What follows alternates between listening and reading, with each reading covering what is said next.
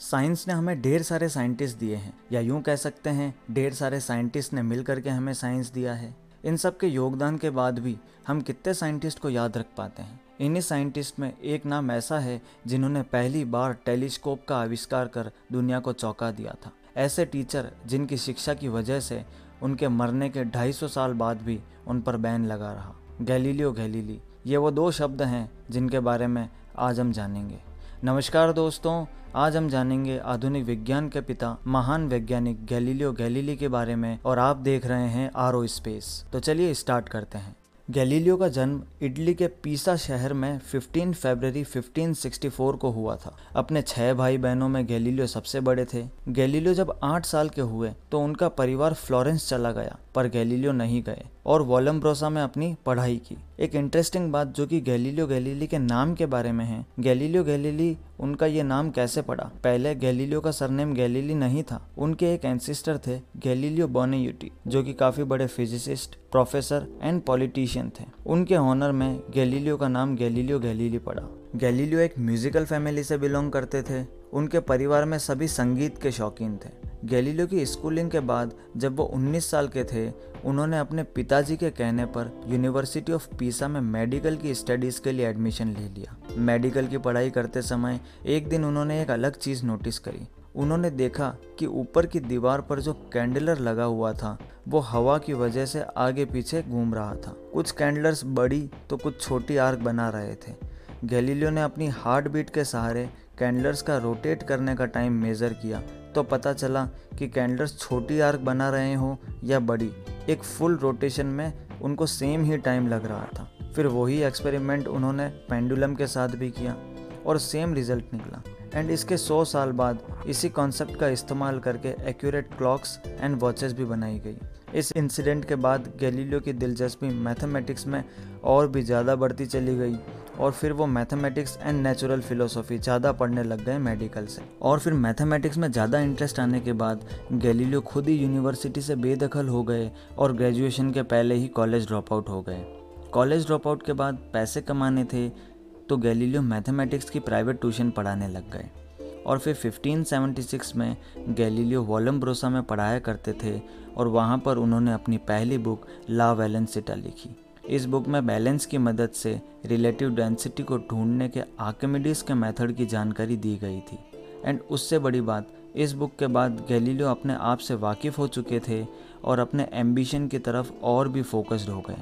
एक दिन उन्हें अकेडमी ऑफ फ्लोरेंस में लिटरेचर में बोलने के लिए बुलाया गया और उन्होंने 100 साल पुरानी कंट्रोवर्सी दांते इन्फर्नो पर बोला और उन्हें खूब वाहवाही मिली। इस लेक्चर ने उन्हें फेमस कर दिया और फिर कुछ ही समय में उन्हें उनका टैलेंट देख करके यूनिवर्सिटी ऑफ पीसा में मैथमेटिक्स पढ़ाने के लिए बुलाया गया। ये वही यूनिवर्सिटी थी जहाँ से उन्होंने ड्रॉप आउट लिया था और इसके बाद उनका ये सपना भी पूरा हुआ। अब गैलीलियो एक आदरणीय मैथमेटिक्स टीचर बन गए थे और इसी बीच उन्होंने अपनी दूसरी बुक लिखी, दे मोटो। जी हाँ, यही गैलीलियो की दूसरी पुस्तक थी जो कि थ्योरी ऑफ मोशन पर आधारित थी। भले ही गैलीलियो की ये बुक कभी पब्लिश न हुई, बट इसमें मॉडर्न फिजिक्स के सबसे important theory motion of falling body भी शामिल थी। तो चलिए अब हम बढ़ते हैं गैलीलियो की ज़िंदगी के एक दूसरे पहलू की तरफ, जहाँ गैलीलियो ने काफ़ी उतार चढ़ाव देखे। बहुत इज्जत भी मिली और विरोध भी। कहा जाता है आवश्यकता ही आविष्कार की जननी है। सफलता की सीढ़ियाँ तो चढ़ ही रहे थे गैलीलियो, पर थोड़ा सा डगमगाना अभी बाकी था। कुछ समय बाद पिता के देहांत के बाद फैमिली की जिम्मेदारी गैलीलियो के सर पर आ गई और इसी के साथ अपनी छोटी बहन की शादी की जिम्मेदारी भी उनके सर पर आ गई। अब जिम्मेदारियां तो बढ़ गई थी, पर पैसे में गैलीलियो की कोई ज़्यादा कमाई नहीं हो रही थी। बहुत ही जल्द यूनिवर्सिटी ऑफ पदुआ में प्रोफेसर ऑफ मैथमेटिक्स के रूप में उन्हें आमंत्रित किया गया और यहाँ पर उनकी तनख्वाह भी 3 गुना ज़्यादा थी। पदुआ में बिताए 18 साल गैलीलियो के सबसे खुशनुमा पलों में से थे। एक वक्त ऐसा भी आया जब गैलीलियो को पैसों की मंदी से गुजरना पड़ा था। उस समय छोटी बहन की शादी की जिम्मेदारी भी आ पड़ी थी। उन दिनों दहेज में 1000 क्राउन्स तक दिए जाते थे और गैलीलियो की कमाई महज 180 क्राउन्स तक ही थी। और फिर गैलीलियो के सामने एक ही रास्ता था, नए आविष्कार करना, और वो उससे काफ़ी पैसा कमा सकते थे। गैलीलियो ये बात जानते थे। फिर काफ़ी मेहनत के बाद गैलीलियो ने रूडिमेंट्री थर्मोमीटर का आविष्कार किया, लेकिन अफसोस ये नाकाम रहा। इसे कोई भी नहीं खरीद रहा था। इसके बावजूद गैलीलियो ने हार नहीं मानी और फिर नए आविष्कार में जुड़ गए। और फिर काफ़ी परिश्रम के बाद गैलीलियो ने मिलिट्री कंपास का मॉडिफाइड वर्जन बनाया, जिसके सहारे मिलिट्री निशाना भी लगा सकती थी। और गैलीलियो का यह आविष्कार इंस्टेंट हिट हो गया और गैलीलियो को इससे काफ़ी फ़ायदा भी मिला। थोड़ा सा गैलीलियो के रिलेशनशिप के बारे में बात करें तो जब गैलीलियो पदुआ में थे तब उन्होंने मेरीना गांबा के साथ रोमांटिक रिलेशनशिप शेयर की थी। मेरीना वेनिस की रहने वाली एक आम महिला थी। वो एक ट्रिप के दौरान गैलीलियो से मेरीना की मुलाकात हुई थी। वे एक दूसरे से बेहद प्यार करते थे, लेकिन उन्होंने पैसों की तंगी के कारण कभी शादी नहीं की। लेकिन मेरीना ने गैलीलियो के साथ अपने बच्चों को जन्म दिया था और ये पल ने गैलीलियो के जीवन में खुशियाँ भर दी। समय बीतता गया और फिर गैलीलियो को पदुआ छोड़ना पड़ा। एक नई नौकरी की तलाश में गैलीलियो अपनी दोनों बेटियों को लेकर के फ्लोरेंस आ गए। उन दिनों अगर कोई अपने बच्चों की परवरिश करने में असक्षम होता था तो बच्चों को चर्च के हवाले कर देता था और गैलीलियो ने भी ऐसा ही किया और मेरीना गांबा ने भी किसी और व्यक्ति से शादी कर ली। और इसके बाद फिर आगे गैलीलियो के लिए सफलता का नया पल था। इन्वेंशंस को लेकर के गैलीलियो वैसे ही पॉपुलर हो चुके थे और अब स्टूडेंट्स यूनिवर्सिटी आना पसंद करते थे उनके लिए। इन्हीं के बीच गैलीलियो ने एक चौंकाने वाली खबर पड़ी। लेपर्शियर नाम का एक डच साइंटिस्ट ने एक अनोखा आविष्कार किया था जिसे सब लोग स्पाई ग्लास बुला रहे थे। ये इंस्ट्रूमेंट किसी भी ऑब्जेक्ट को मैग्नीफाई कर सकता था। जी हाँ, यह आविष्कार था टेलीस्कोप का। अब गैलीलियो के मन में भी कुछ सवाल आने लगे और सब बातों का यही निष्कर्ष निकला कि ये स्पाई ग्लास वेनिस के लिए भी बहुत कीमती होने वाला था। तो गैलीलियो ने इसे बनाने की ठान ली और इसके बाद जो कुछ हुआ वो हिस्ट्री के सबसे दिलचस्प पलों में से एक बन गया। गैलीलियो ने महज 24 घंटे में एक बेहतरीन तरीके से एक एडवांस टेलीस्कोप बना लिया और ये हो पाया उनके मैथमेटिक्स के ज्ञान से। पर इसमें हैरानी की बात यह थी कि गैलीलियो ने टेलीस्कोप को देखा तक नहीं था और फिर भी उन्होंने बना लिया। और फिर काफ़ी मॉडिफिकेशन के बाद गैलीलियो ने 10 पावर टेलीस्कोप तैयार कर दिया और फिर इसी के साथ शुरू हुआ अंतरिक्ष के अनसुलझे पहलुओं की कहानी। पहले जब टेलीस्कोप का आविष्कार नहीं हुआ था उससे पहले लोग यही समझते थे कि चांद की सतह प्लेन एंड स्मूथ है। पर गैलीलियो को टेलीस्कोप से चांद की सतह पर देखने के बाद पता चला और गैलीलियो ने सबको भी बताया कि चांद की सतह प्लेन और स्मूथ नहीं बल्कि खुरदुरी और गड्ढों से भरी हुई है। पहले तो किसी ने विश्वास नहीं किया, पर खुद ही टेलीस्कोप से देखने के बाद उन सबको विश्वास करना पड़ा।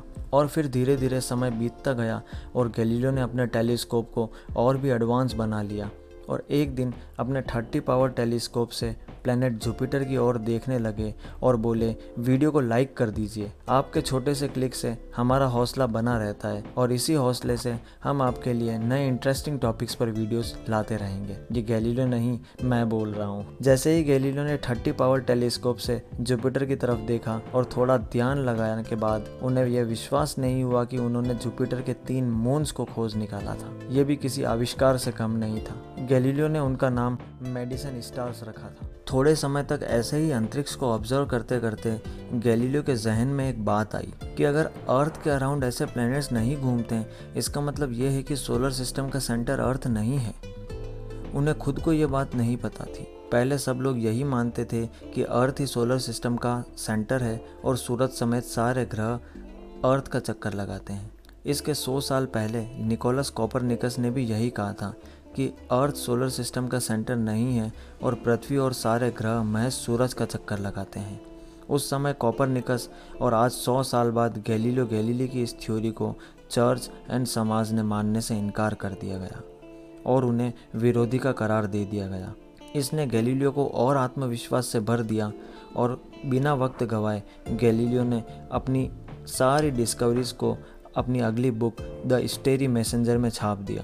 ये बुक इंस्टेंट हिट रही और इसकी 550 कॉपीज़ पब्लिश की गई। इसके बाद गैलीलियो एक पब्लिक फिगर बन चुके थे।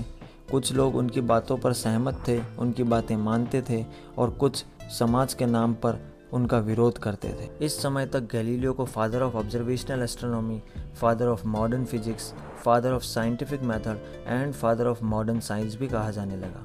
कुछ समय से चर्च की नज़रों में गैलीलियो चुभ रहे थे।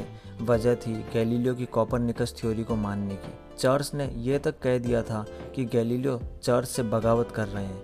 फ्लोरेंस में चर्च ने यह तक घोषित कर दिया कि गैलीलियो चर्च और धर्म के दुश्मन हैं। इसके बावजूद गैलीलियो कोपरनिकस की थ्योरी के बारे में लिखते गए और एक दिन गुस्से में गैलीलियो ने ग्रैंड डच क्रिश्चियन को बहुत ही कंट्रोवर्शियल लेटर लिखा, जिसके बाद चर्च गैलीलियो पर और भी आरोप लगाने लग गई। फिर गैलीलियो ने अपने पुराने लिखने के तरीके को बदलकर एक नए कैरेक्टर बनाया और उसके सहारे अपनी थ्योरीज़ को समझाने लगे और फिर ये तरीका लोगों को पसंद आने लगा।